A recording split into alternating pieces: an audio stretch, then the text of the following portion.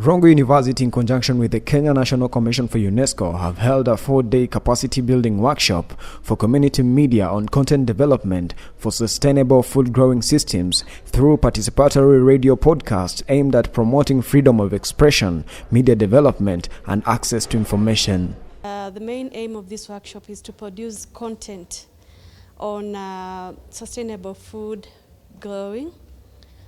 Basically, this is one in a series of workshops that we've been doing jointly with Rongo University.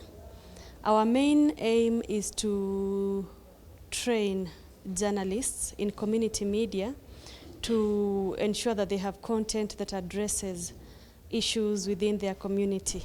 The workshop was launched by the Rongo University Vice-Chancellor Professor Samuel Gudu, who acknowledged the importance of the collaboration between Rongo University and UNESCO as a key step toward agricultural development. This training, which has been organized for this time, is extremely useful for farmers because we do understand that extensionists are few and therefore they would not be able to visit every farmer. It is critical that we look for ways in which we can multiply the effect of agricultural extensionists so that they can reach many farmers. And that is done by podcasting and then using the podcasts to indicate to farmers what they could have seen if the agricultural extensionists would come to them physically. And therefore it is an opportunity for the university to extend agricultural practices to farmers who are many and far from where the university is. The workshop was attended by farmers and media practitioners from different counties in the western region of Kenya, including Migori, Kisumu, Homa-Bay, Mumias, Busia, Kakamega, and Bungoma County. According to Mr. Marco Uma, a lecturer at Rongo University and the UNESCO coordinator, podcast is the appropriate means to reach farmers in Kenya. It has emerged lately through scientific research and experience that podcasting is one way of providing knowledge, sharing knowledge, and disseminating information about sustainable food systems, especially in rural communities.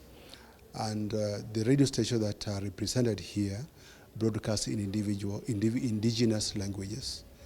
And therefore, what we hope to achieve is that these radio stations that broadcast in indigenous languages will leave this workshop with tools, with skills, with knowledge on how to draft, produce content for the smallholder food producers in Western Kenya generally, and Migori County specifically, so that new ideas, new experiences, new knowledge that the smallholder farmer does not know or is not aware of becomes accessible through podcasts, which will be broadcast on the community radio stations that are represented here.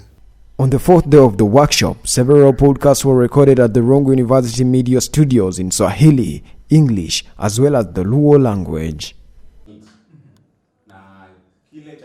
Later on at the end of the workshop, all attendees visited Thimlich Ohinga in Migori County, an archaeological site where they learnt about the Luo culture. Thimlich Ohinga, majorly or basically we measure on the culture of the Luos, the Luo community. Luo community is one of the cultures or tribes that is in Western Kenya.